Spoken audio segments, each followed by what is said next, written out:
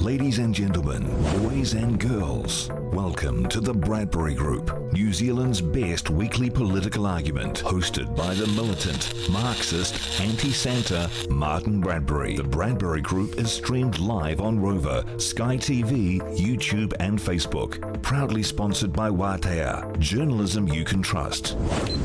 Let the arguments begin.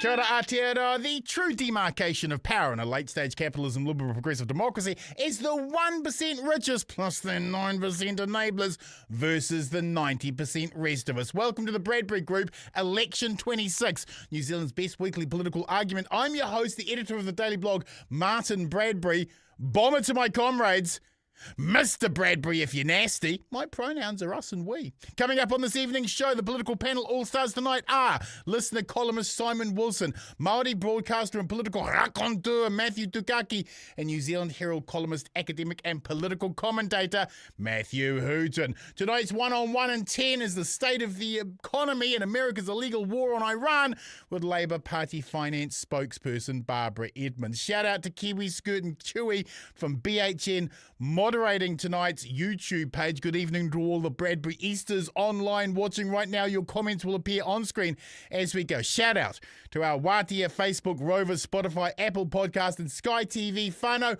Remember to like and subscribe because that's all that is holding the fourth estate together right now. And our Twitter panel this evening is Tim Selwyn. He'll be tweeting live online at Twitter, hashtag the Bradbury Group. Before all that, however, is this week's War on News.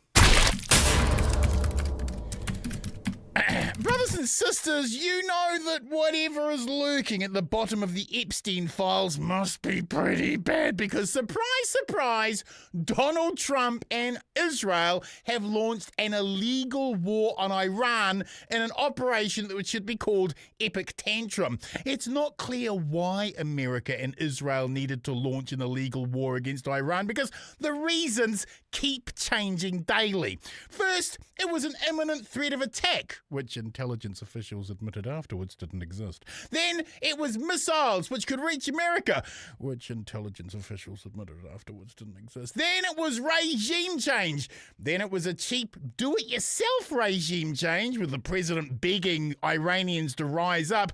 Now it's back to imminent threat claims. At times, they have had multiple justification changes in one single day. What the risen Christ is going on here? Because a cynic might suggest that Trump is making it up as he goes along.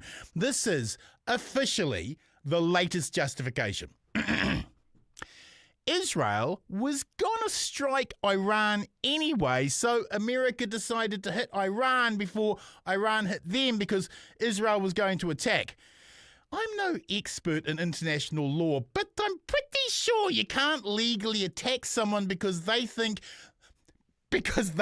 they might hit you after your mate has told you they are hitting them. There's no bros before foes legal defense here, and you get the suspicion that he's moving so fast because he wants to hit Cuba next and have everything wrapped up before the Soccer World Cup opens in time for the midterms. I thought President Bush was pretty stupid. Trump has managed to make him look like a Mensa genius. Talking of Trump, as he illegally starts a war with Iran after illegally kidnapping the president of Venezuela, he is also demanding from New Zealand biometric details of every Kiwi wanting to go to America. This biometric data would be available to his ICE secret militia, who you'll remember was shooting American protesters dead on the street last month. America says they won't abuse having our biometric data, which is great to hear, but why would we trust our DNA to Trump's Stasi police force at a time when he is openly breaking international law? It's like an arsonist telling you it's safe to give him your house keys while he is pouring gasoline, lighting matches and whispering, "I love the fire. I am the fire." And finally this week, talking of confused, the Prime Minister, in his stand-up press conference yesterday, managed to mangle every explanation as to why New Zealand supported America in starting an illegal war with Iran. I've covered politics for 31 years and haven't seen a train wreck interview quite like this one for some time. He self-mutilated 6 responses trying to explain New Zealand's position in a way that didn't upset Trump, which isn't really leadership, is it? Perhaps the Prime Minister needs to do less sucking up to Trump and more calling it like it is. Trump has launched an illegal war on Iran. We should have zero time for medieval theocracies that abuse their own people, but we should have even less time for powerful countries to just launch illegal wars. How come we are in the insane position where we're siding with those committing war crimes? In the words of the great warrior poet Mike Hosking, happy days. The political panel all-stars up shortly, Whānau, but first this week's 1-on-1 in 10 on the state of the economy and the latest on the Iran war with Labour Party spokesperson Barbara Edmonds.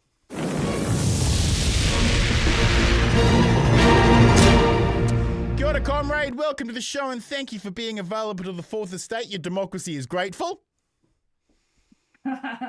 Always a privilege, I could say, to appear on the show. Just a pity I'm not in the studio with you. I always enjoy the presence and the space that you take up. Blessings. Always a pleasure to have you on the show, Barbara. We are going to be discussing the state of the economy with you tonight. Before that, though, we have to get Labour's response to America and Israel without congressional approval or UN mandate launching an illegal war on Iran. Have we in the West learnt nothing from the catastrophe of Iraq?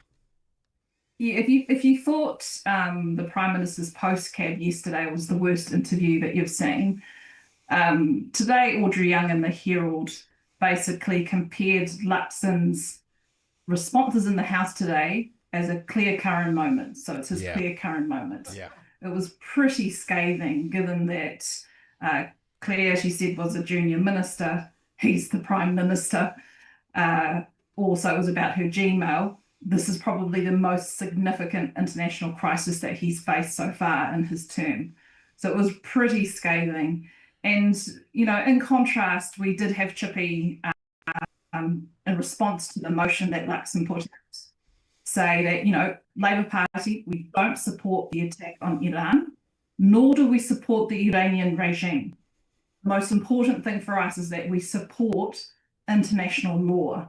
Why is that important? Is because we are a country in the southern hemisphere, a small domestic economy that absolutely depends on international law. And from our view, no country is above that. Right. New Zealand has always stood for that, and this time is no different. New Zealand has a unique voice on the international stage. Why is this government siding with those committing the violence and criticising only those responding to the violence? Well, what are they? Because I wasn't quite clear from Luxon's response yesterday or today. He said they supported Australia's stance, which said, oh, so did you support the US? Well, it's up to the US and Israel to provide the legitimacy as to why they did this. You know, I mean, the difficulty is we can condemn the repression of the Iranian people under that regime and still be clear that military escalation is not the answer. Right. So what Chris Hipkins today, earlier this morning in media, yesterday when responding to the Prime Minister's comments, we've called for restraint, diplomacy, and the Iranian people's right to shape their own future. Exactly. These geopolitical shockwaves will have an inflationary spike at a time when many are still being crushed by the cost of living crisis. The Salvation Army State of the Nation had grim statistics at the beginning of this month highlighting this. 47,000 in severe housing distress, 160,000 kids in material hardship, and double the level of unemployment for Māori and Pacifica. Who is this economy currently working for? The wealthy or the people? Well, according to Nicola Willis, people are impatient. You know, she said that yesterday with Ryan Bridges. I feel like I'm doing an NZME ad here. Sorry, guys. They need it. They need the help. They need the help. She's saying they're being impatient. The reason why they're being impatient is because you promised them big time. You went up and down the country saying that you were promising $250 tax cuts. Yes. I asked the minister again today, of the 21,000 people that they had forecast to receive the full $250 tax cut, how many families have actually received it? Or in other words, how many impatient families are there? Yes. Oh man, she still couldn't give us an answer.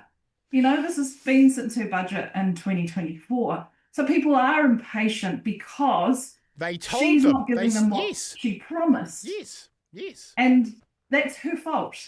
And it comes back to she sort of has this really big thing around, I'm going to bring down the price of butter. I'm going to drive down grocery prices. I'm going to make electricity prices, reduced. But then she hasn't actually really done something about it. So, people's hopes and expectations were pretty high. We're hoping that, they were sold a lie effectively. Yeah. And she hasn't delivered on it 2 years later. But, in relation to the state of economy, do want to acknowledge we have in the room the good Dr. Matthew Hooton. Don't know where you are. But, there is a lot of data that's out there. Probably one of the things I've just seen sort of in the last hour is Kelly Eckhold, who is the Westpac chief economist. The team in New Zealand and the Westpac team in Australia ran some numbers, basically, depending on how long what's happening in the Strait or basically in the Middle East happens. Yeah. They forecast that there will be a reduction in GDP growth for both Australia and New Zealand, and that inflation will definitely stay well beyond that 3% band. In 2024, government agencies warned the government that their welfare sanctions would push between 7,000 and 13,000 kids into poverty. 2 years in, the stats showed 23,700 kids have been pushed into poverty. Why are we enabling policy that causes child poverty rather than addresses it? And that's a good question for Nicola Willis. She's the one in government. She's the one that's made these choices. When 1 in 7 children in New Zealand are in material poverty, that's not something to be proud of, and not something that's saying that green shoots in the economy from August 2024 are going to happen. They don't feel this economic recovery. They expect the government to be able to support them when they most need it. But unfortunately, the government has different choices and different places where they'd rather spend the money. For example, potentially an LNG facility that might cost $1.5 billion and including a gas tax to pay for it. How great is that given what's happened in the last 72 hours? Well, let's just talk about that. The new gas processing plant National want to build would now be pointless with the shutting down of the Straits. When is New Zealand going to get serious about solar and renewables for our electricity supply? Because this government just doesn't. Well, apparently they did receive some advice in relation to it. Yeah. They've also had their Frontier report, which came out last year, which of the options that were put forward to the government, the LNG one was the least favourable for New Zealand. Yeah. Ultimately, it all comes down to choices. I can keep saying it and keep repeating it, but this is what the government is prioritising, which is clearly an LNG facility that's going to be basically passed on through a gas tax for electricity users. Yeah. Again, it's just, I'm not sure where the decision making is coming from and what sort of values are underpinning it and what advice or what questions they should be asking as ministers, because that's their job. Ask the right questions, figure out what the right policy is, cut out the short-term thinking and think a little bit longer about what's needed. Whether it is the supermarket duopoly, the electricity oligarchy, or the ECE monopoly, free market New Zealand capitalism has mutated into a rigged plutocracy of corporate vested interests milking the system for their benefit. I'm not looking for socialism from Labour, just basic regulated capitalism. Will a Labour government do the heavy lifting to regulate markets, or will the rich win again? All comes down to competition policy, Martin, yeah. And we will have more to say on that a little bit later this year. Oh, you got me excited. Okay, Labour supports pay parity and has heavily criticised its kneecapping. Are you committed to returning it, and how are you going to pay for it? So pay equity, which was, for those that need to understand, last year in budget, the government actively cancelled 33 claims that were going through the process, brought in new legislation, basically moved the goalposts, required those claimants to restart again. We have committed to reinstating the pay equity legislation, and how you pay for it is again another choice that Labor will make, and something that we will disclose as part of our fiscal plan a little bit later this year. Good. Now, we are getting some flack, and I'm going to be very upfront about this. People are saying, well, why are you waiting? Why are you waiting? And it's like, well, because nobody expected this last year in the last budget. We're not going to do what Nicola Willis did, which was go up and down the country again, promising a $250 tax cut when she didn't know whether she could actually afford it. Yeah. So I am doing the prudent and considered thing that any finance spokesperson would wait for. Yeah. The government still has another budget to go in May this year. Then what we do is we have a look at what the policies we want to provide to the country. We make sure that we've recosted them based on the forecasts that are within budget. Yes. We'll probably have to revise the costings as part of the pre-election fiscal update. Yep. But I'm not going to overpromise to the country and then not deliver on it because my numbers don't add up. And there was some pretty big holes in the last national government's, the last National Party's election promises, around $2 billion, according to some economists. So I'm not going to have that egg on my face later on. Nicola Willis has an inquiry into the monetary policy around COVID, which is something we all want. We all want to learn from any mistakes that were made. But the people she's appointed are two Atlas Network adjacent acolytes. Why would you participate in what is effectively a kangaroo court that's going to use a very narrow libertarian right-wing view, which says all taxation is theft anyway? Why would that be a serious consideration for this government? If they were real about wanting to learn things, why set this up politically as they have? So I can't speak to the CVs of those two particular reviewers. Oh, I have already. I have. Okay, you can. But we have put in some written parliamentary questions around some due diligence in relation to them. Right. And ultimately, it's the minister that picks, right? Yes. Whether we are participating in this, we have not been approached, or at least I don't know whether we've been approached. I haven't seen a letter that has requested us to appear before this ministerial group or whoever it's a stunt, isn't it? It's a stunt. So it's I a political stunt. haven't seen an invitation to meet, and also I wasn't the decision maker at the time either. However, ultimately, yes, there are lessons that we should learn. The Reserve Bank themselves had come out with 7 recommendations that they know that they need to improve on because they learnt from COVID. Yes. Ultimately, the question I have, though, is monetary policy is meant to be independent. If there is an outcome that comes out of this review, how is the minister going to direct the Reserve Bank unless she changes legislation in relation to it? Because they're meant to be independent, and independent for a good reason. Finally, Barbara, in a scenario where top crosses the 5% threshold, could the Labour Party work with them to form a government? So my kids, and those who have teenagers, they know sometimes your kids say, bruh. Bruh is like brother, like bro. Ultimately for me is, that's above my pay grade, you know? And Chippy has said, this is above my pay grade. I'm only number 3, guys. But Chippy has said that ultimately we will make those decisions and closer to the election, and we will tell New Zealand who we're willing to work with. You know, from our perspective, it's up to the voters because it's that close, right? It's really close. It is. Which is why the focus for us is running a 2-tick campaign, which is basically you want a strong, stable government, give it to Labour. Thank you, comrade. We'll see you again soon on the show.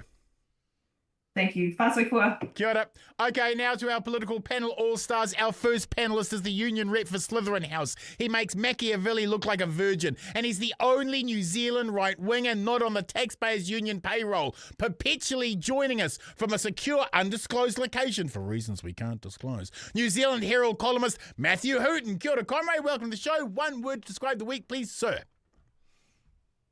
Encouraging. It's true. I watched Parliament today. I watched the debate about Iran. Yes. And the Prime Minister started out, and he read out a speech that was very good. I assume had been written for him by, say, Ben King at the Department of Prime Minister. Sure. It was the first good speech he's given or comments on it. And then Chris Hipkins outlined the case for liberal institutionalism, international law, in a statesman-like speech. Then Marama Davidson for the Greens, she outlined a perspective based on the Greens' sort of belief in non-violence. David Seymour spoke excellently about from the perspective of realism and the nature of the Iranian regime.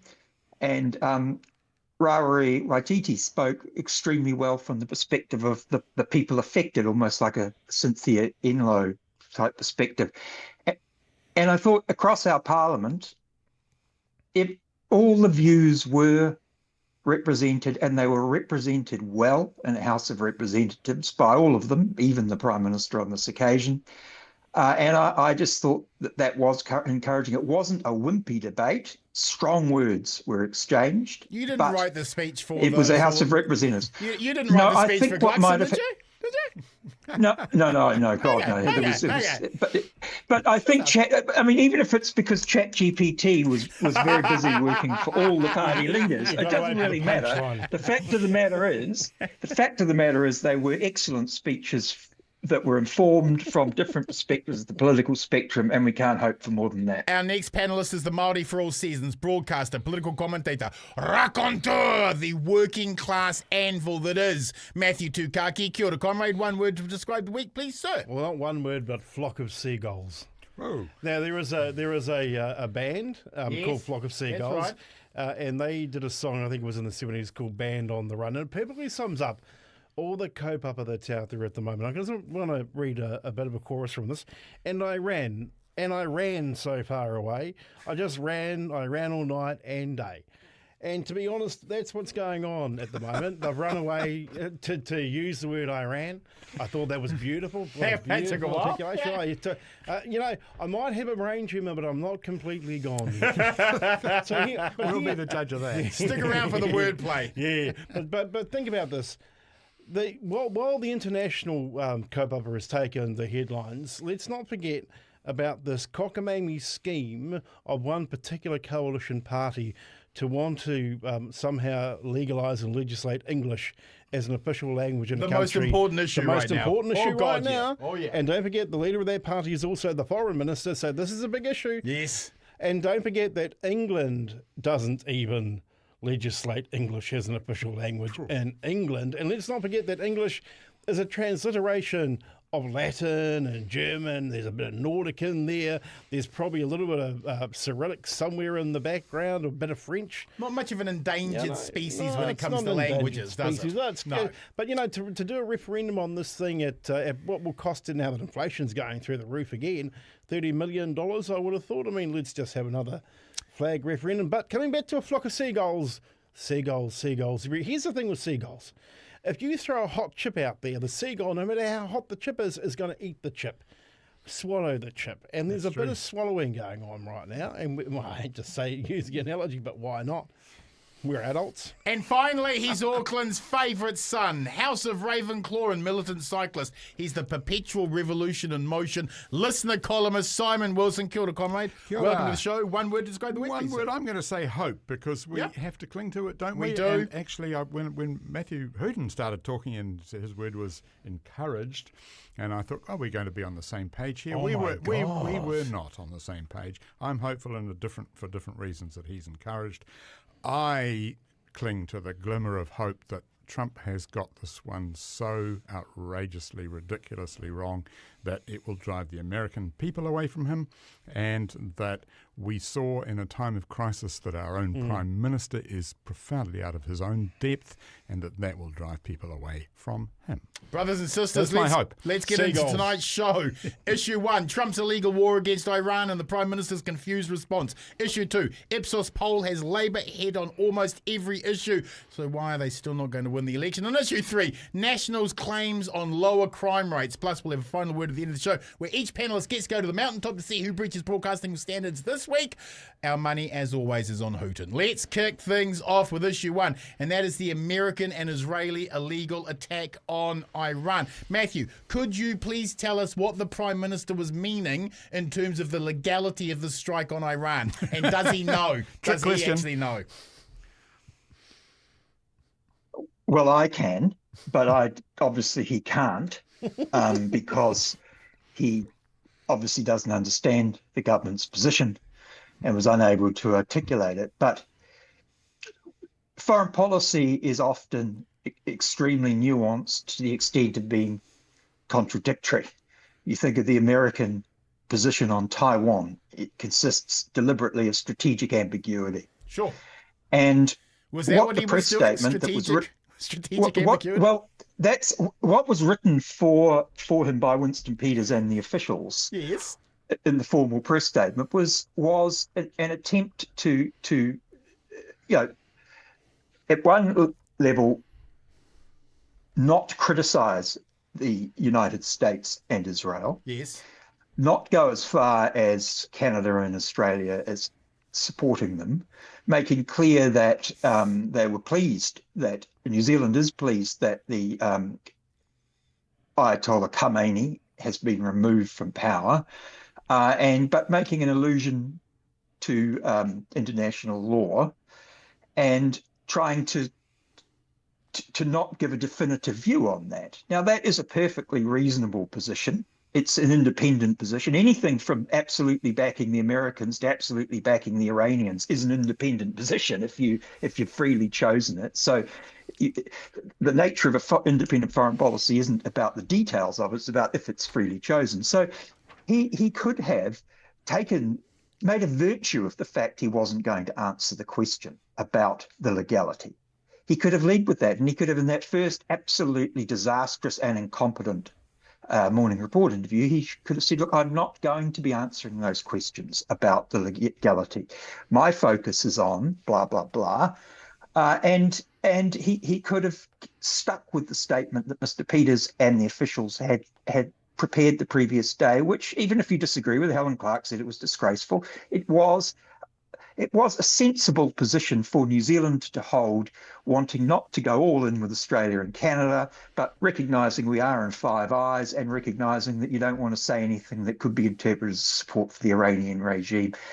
And that's New Zealand's position, a subtle one, that it's pleased that it's happened. It's not going to criticise the United States, and it's going to set the issues of legality to one side for now. However, and he could have articulated that. However, he could have, but he didn't. He screwed it up 6 times someone else and ended looking like an idiot. Why is he still 2 years in, incapable of answering a straight question in a 5-minute interview? Well, I think he's getting worse. Yeah, he is. He is actually getting worse. Because I think he's finally realised he is completely out of his league. Totally. There's nothing that surprises me. I first heard him speak at a business event, I think in 2021 or something, and I thought he was horrified. hopeless. Yes. And I think once again we've seen that he does lack the knowledge, the intelligence, and the foresight to be Prime Minister, and he should resign. Follow-up question. All sorts of reasons why he should resign. I agree. Follow-up question. Yeah. Trump murdering the Ayatollah would be like Putin assassinating the Pope. Are we sure Donald hasn't just set off an extraordinarily dangerous escalation? Well, I disagree with the analogy. I think that the Ayatollah Khamenei has much more worldly power than the Pope. There's a country of 92 million people that he's the supreme leader of. And I don't think you can make the comparison, because I think on the spectrum of virtuous to vicious, I think they're on different ends. But people who believe, people who are believers in his firstly, particular... you would say, whether or not there are many people who believe in his particular form of Shiite Islam is a separate question, right? So, but I think Trump has bitten off more than he intended. I think that he has kicked off the complete Middle East war, which we've never seen before. Yeah. Yeah. And if you think of every country is now involved in the region, I don't think that's ever happened before. Maybe when, was it 6 Day War, 7 countries attacked Israel and it defended itself. Yeah. But even Oman, which was a former Iranian ally, but is now, Oman has the role in the Middle East that Switzerland has in Europe. Yeah. Even it has been attacked by the Iranians. The Iranians have lashed out in a completely insane way that has unified. I mean, incredible. Saudi Arabia and Israel are on the same side against Iran. But I think this is a much bigger war than President Trump expected. He's now saying it will last. He said it was going to be under 4 weeks. He's now saying more than 4 weeks. Yes. I think this will be going on for a very, very long time because those Gulf states are going to now have to permanently suppress Iran as a threat to them. Matt, perhaps the most dangerous part of Trump kidnapping Maduro was that he believed he could simply use might.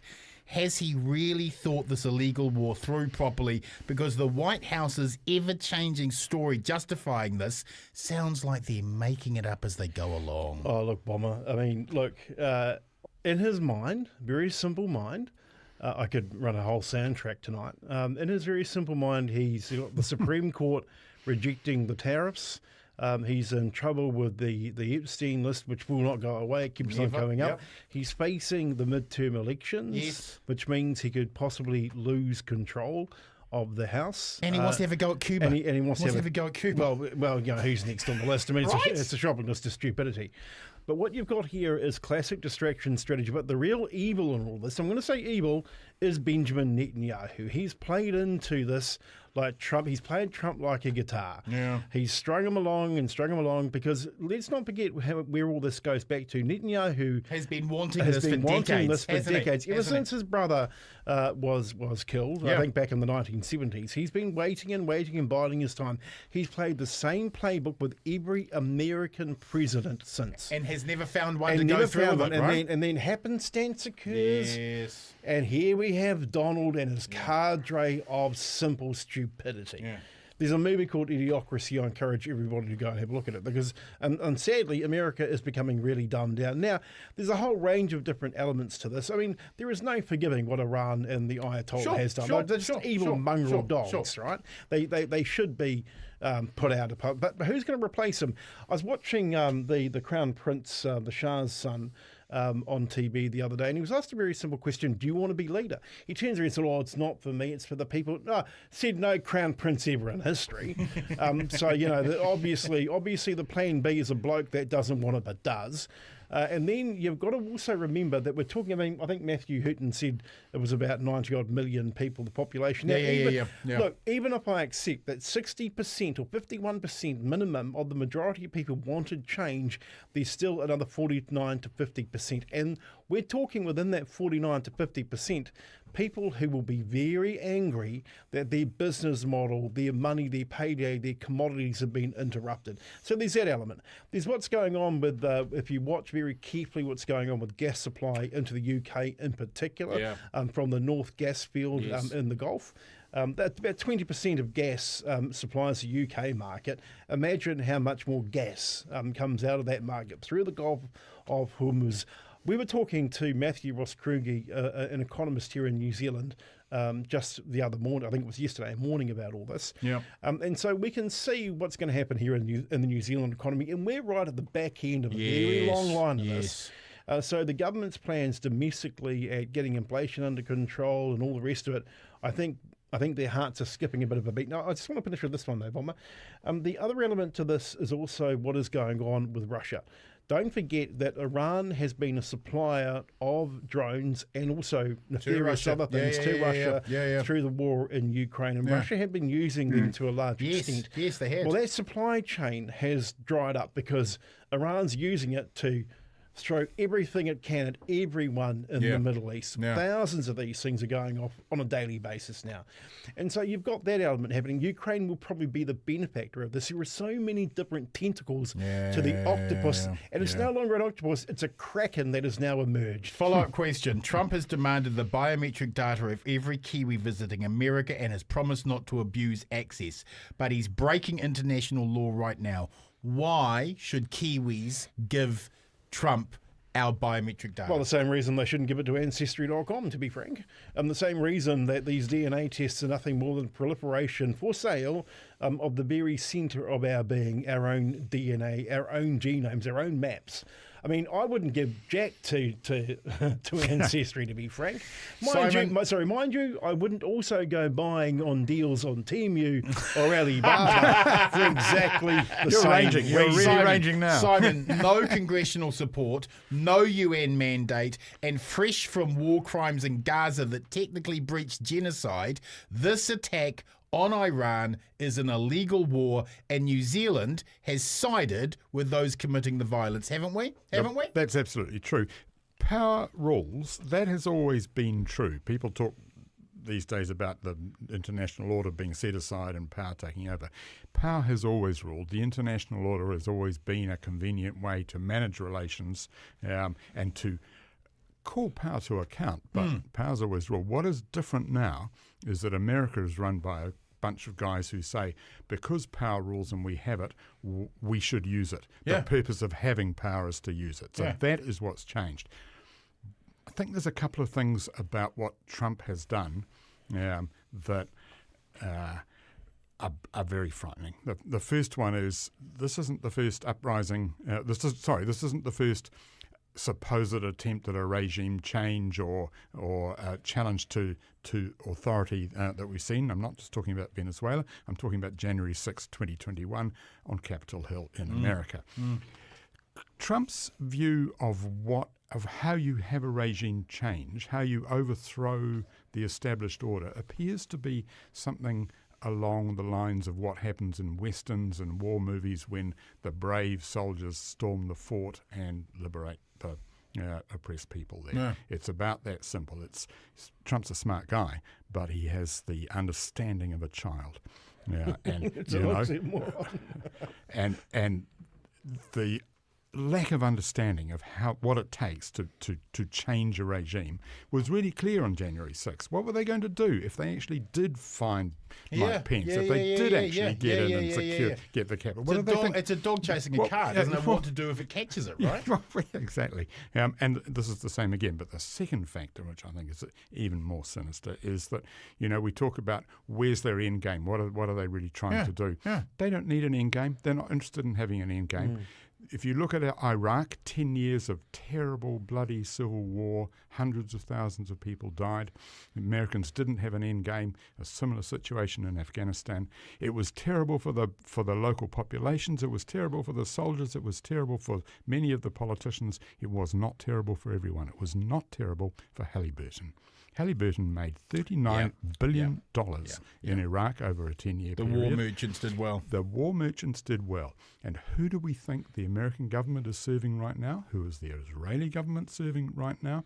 They are clearly recognising that there is economic opportunity in the chaos. And whether it's just chaos of a failed state or whether it's a civil war, there will be economic opportunity for the military-industrial IT complex. And I know that's a cliche, but it is there and it is going to happen. Follow-up question. Trump has attacked 7 nations, 3 of which, Iran, Nigeria and Venezuela, had never been targeted before by US military strikes. And he authorised more airstrikes in 2025 than President Biden did in 4 years. For a president who ran on an anti-war agenda, no president in the modern era has ordered more military strikes against as many countries as Donald Trump. Thoughts? Well, I think what Trump has realised in his second term is that when you're on a world stage, you don't just pussyfoot around with Kim Jong-un. You don't just do those kinds of things. That gets you nowhere. You actually start bombing people. You start kidnapping people. You start being the big man on the world stage. And he's addicted to victory. He's addicted to aggression, clearly, and it comes out in those ways. And what it also tells everybody is that you might be next. Quick round. What's more ironic, that it was a CIA coup in 1953 that created the theocracy they were attempting to overthrow, or that Obama had cut a deal with Iran over the nuclear program that Trump then ripped up? Matthew Hooton. The latter. I think that we could look back into history But I think once you're going back to 1953 and trying to look for the blame there has been a lot of events since then. And, I think that people should get over the fact that there was that event occurred. Iran was the most liberal country in the region, except for Israel, obviously, under the Shah.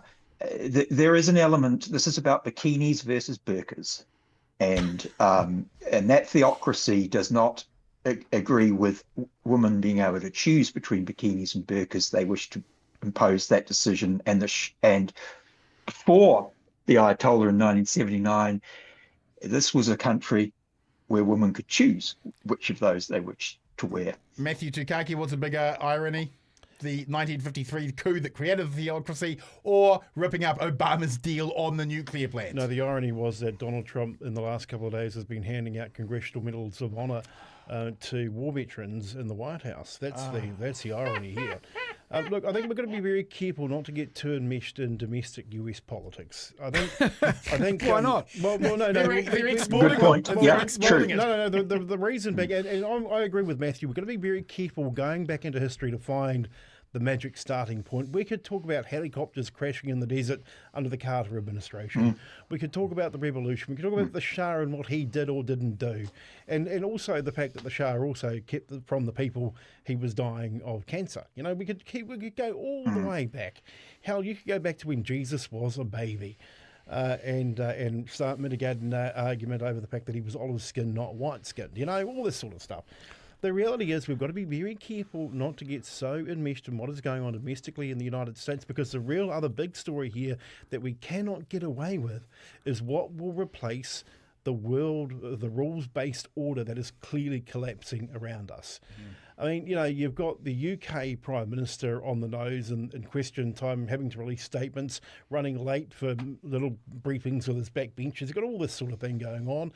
It is just absolutely incredible that we're focused on what is going on with Trump in America, as opposed to, well, hang on, the rules-based order is now collapsing around us. What will replace it? What systems do we need to put in place?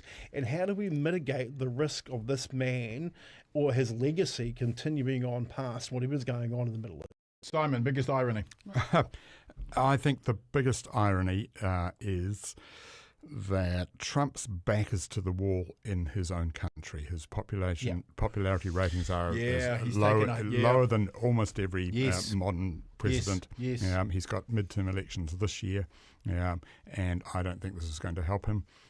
So I think there's a real irony there that he's fighting for his life in doing what Margaret Thatcher did so successfully in 1982 in the Falklands. But I think it's going to have a very different end. Can I just say, Matthew Tukaki, saying we shouldn't be too interested in going back to the history of it, I'm just going to argue that the history of politics, geopolitics and colonialism and culture is always important. I'm not suggesting it's unimportant. I'm just suggesting that what we should be doing is focused on what is going on at the moment, instead of traversing the history books as some people would like to continuously do. We'd go back to the massacre. If you wanted to, hang on, this could be a discussion about what's going on between Pakistan and India, and we could revisit the days of partition, what happened there.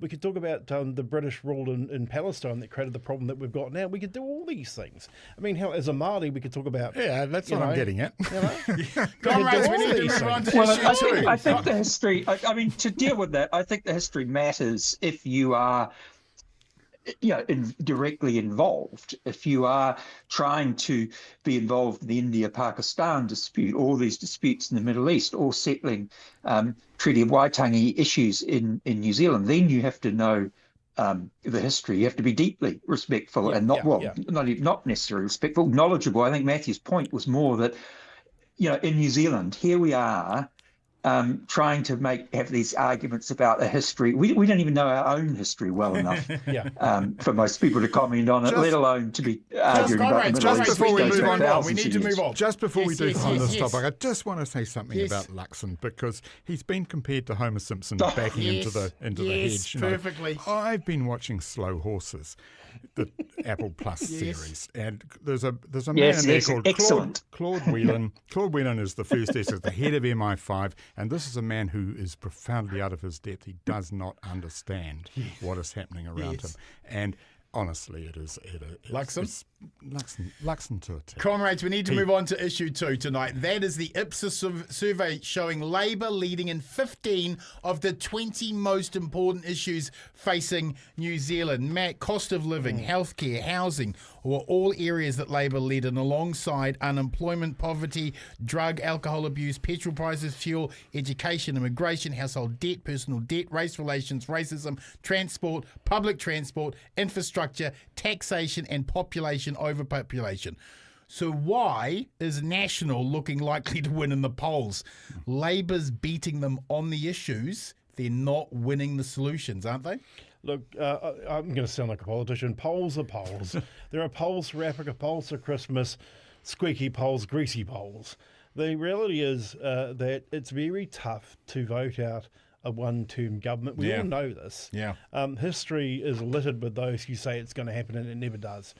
A lot of this is going to rely on people actually turning out to vote and what the key issues are. And the reason why I think it's important to discuss the Iran stuff is not so much because of what is going on necessarily with America, but what the implications are for New Zealanders and voters. It is very clear by that poll that cost of living is still a big issue. The health system is still a big issue. I mean, when you're looking at potentially oil being $80 a barrel, that is going to impact the hip pocket of people. It's not only going to be the petrol prices in their cars and gas tanks, it's going to be the fact that the cost of getting food and supplies to market, to supermarkets, is going to increase. Everything's on the up. That's what matters. Now, I'm not a big believer in polls. I think the only poll that will ever matter is whether or not people actually get off their backsides and both register to vote and are voting and do actually turn up. And all this unicorn mumbo jumbo, all this larrikin nonsense, leprechaun, fuzzy rainbow crap of the rangatahi young people, we're going to lead the way. Yeah, clicking a like or a share on a TikTok is not going out and casting a vote in a ballot box, you muppets. Simon, Labour, National Greens and even Te Pāti Māori all featured as political parties who were the best to handle the top 20 issues. But New Zealand First and ACT didn't appear in any. Why are they so popular in polling yet don't lead any of the big issues voters are concerned about? Well, I'm not sure they are. New Zealand First is popular in polling relative to where it was in the last election. ACT isn't. They're flatlining. They've flatlined it, and that's a generous way to put it, I think. I think Seymour will be concerned because he clearly thought that having done well in the last election, there would be a stepping stone. He would become Deputy Prime Minister. He would be Deputy Prime Minister going into the next election, and he thought that was going to be a real platform to grow significantly. That column last week by Damien Grant sounded desperate, didn't it? Oh, it sounded desperate. There is very little evidence that that's going to happen for them. There is not the constituency, and there never really has been the constituency in this country for them Free to do market much better nonsense. than what they're doing now. New Zealand First is a different proposition. Yes. New Zealand First doesn't appeal to anyone on any issue, but it does appeal on the feels. And it's another way of putting what Matthew's just said. When you drill into the political issues and the information, you get certain things, but go on the feels. That's how people vote. Matthew, overall, the government's performance was rated 4.2, up from a record low of 3.9 in the previous survey. Will Christopher Luxon and Nicola Willis be celebrating that huge rise? Well, they moved from a D- to a D, so that's something, I suppose. They can't win an election with Luxon. They will become the first one-term national government. He is a uniquely incompetent person as Prime Minister. He is by far the worst Prime Minister in my lifetime from any party. The only one nearly as bad as him would be Starmer in the UK,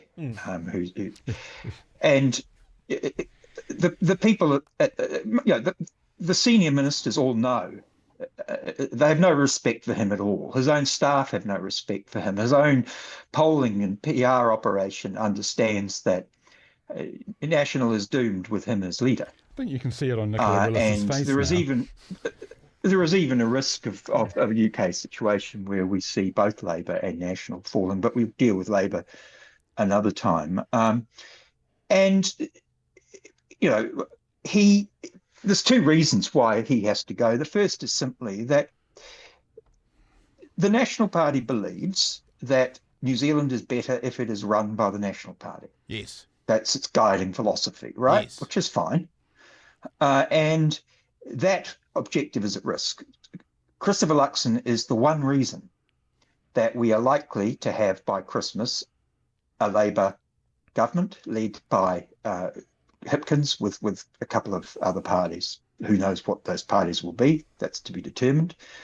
And if you're a National Party person and a National Party MP, if you're obligated to act, if that is the direction of travel. And what we've seen over the last few days is just unbelievably incompetent. The worst interview anyone Prime Minister has ever done on Morning Report, the worst Prime Ministerial press conference I've ever seen. He was completely, it was tragic and sad.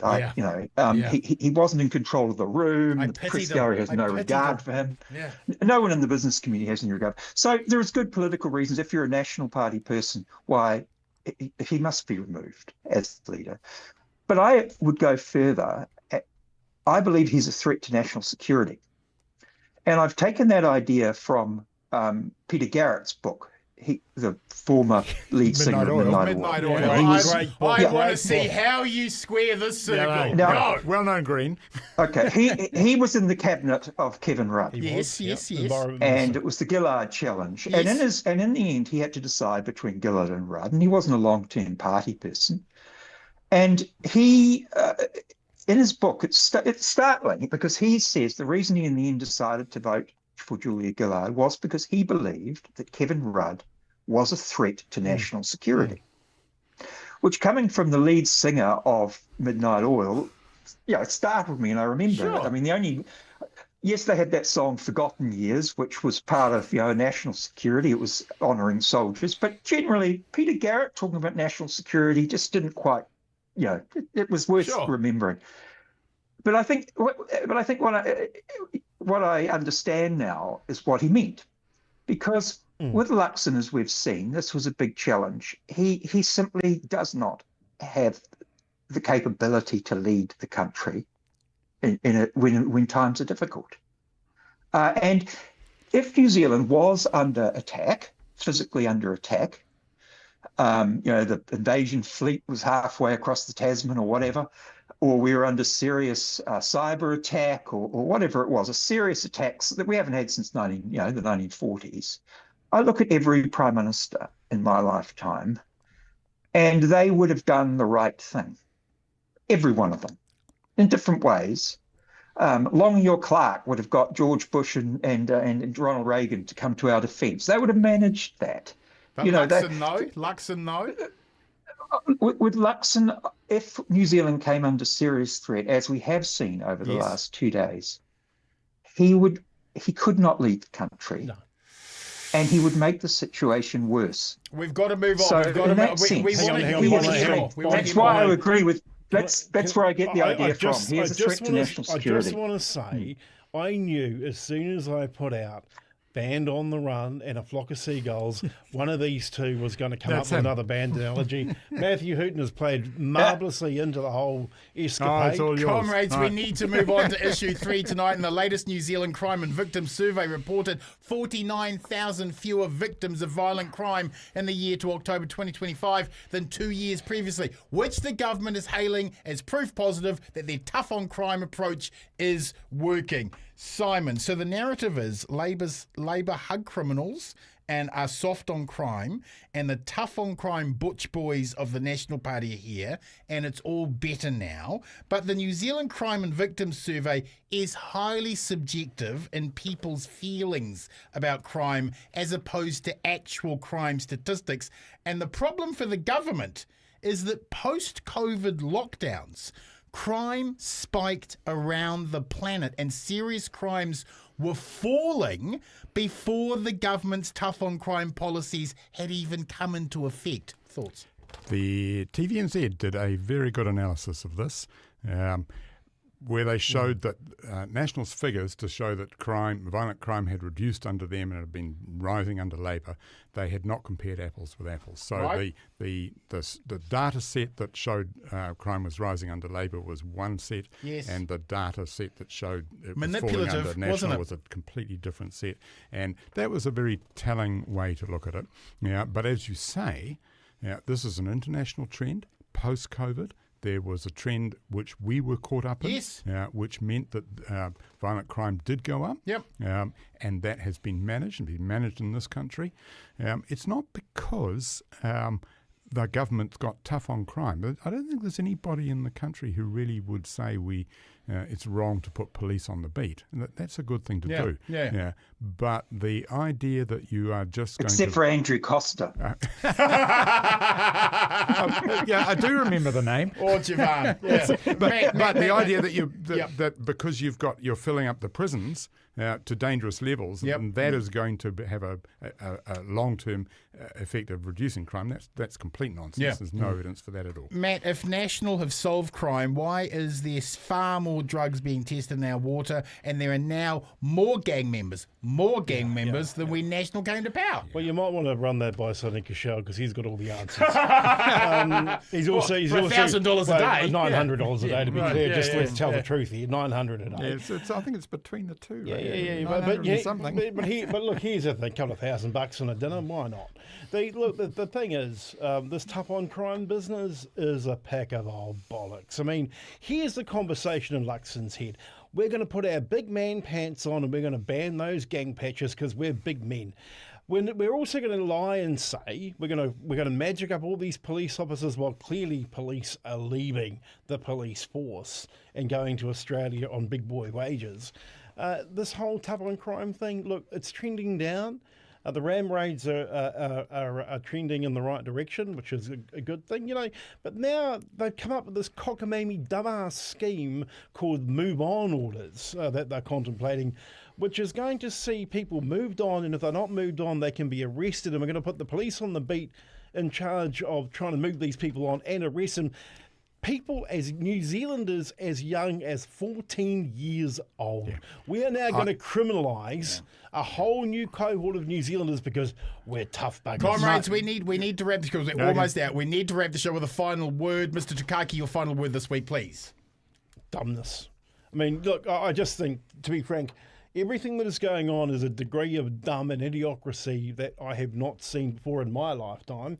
And I just wish New Zealanders would stop dancing around the beat and let's harden up and call some of this nonsense for what it is, idiocracy. Simon, final word. I'm going to use my final word to just answer the previous question. Please do. I'm going to talk about meth and fentanyl. We have a really serious problem in this country, and it is meth, and we have one that's about to explode around us. It is fentanyl. We know this is true. There should be a major focus of managing crime that is focused on that, and managing health that is focused on that. Those things are not happening. Instead, we're talking about move-on orders, locking people away, and not wearing gang patches and so on. And none of that is addressing the actual issue that is so important. Matthew, your final word this week, please, sir. Well, earlier this year, I had a chat with the finance minister and I said to her, well, what happens to the long-term fiscal outlook or even the short-term through to 2030 if there's a major war? And she said to me, oh, what sort of war were you thinking? And I honestly didn't know. I said, oh, well, maybe Estonia or I don't know, Cuba or Venezuela had already happened, maybe Iran. Well, it's here.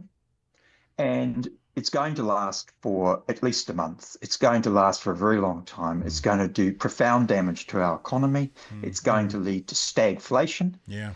And as the Treasury has said, we're going to end up borrowing another 10% of GDP like we always do.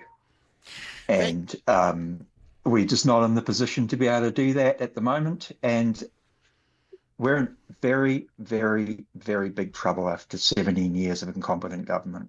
Thank you, comrades. Now to my final word. Brothers and sisters, last week was the 4th anniversary of the start of the illegal Ukraine war. We have been very clear in the West about the criminality of that conflict and have been ruthless and righteous in our condemnation of Russia and the farcical justifications put forward by Putin to justify that illegal war. How can we be so clear in regards to putting the blame squarely on Russia for the Ukrainian war, yet utterly hypocritical when it comes to criticising America and Israel launching illegally a war on Iran? The rules-based order either means something or it doesn't. America and Israel are fresh from conflict in Gaza, where their war crimes technically breach genocide level. They are following that up with starting a war in Iran that no one can predict the outcome of. This is Trump at his most dangerous and his dumbest. We are in uncharted territory. In solidarity, the revolution continues. Ka pai Aotearoa. The Bradbury Group, New Zealand's best weekly political argument. The Bradbury Group is an independent podcast through the Rover Network, sponsored by Wātea News. Everything on the show is an opinion and shouldn't be taken seriously enough to attempt defamation action against us. We were joking. We're never serious about anything. And officially, a small wetter in Avondale is legally the owner. Good luck finding him. Don't forget to follow, like and comment.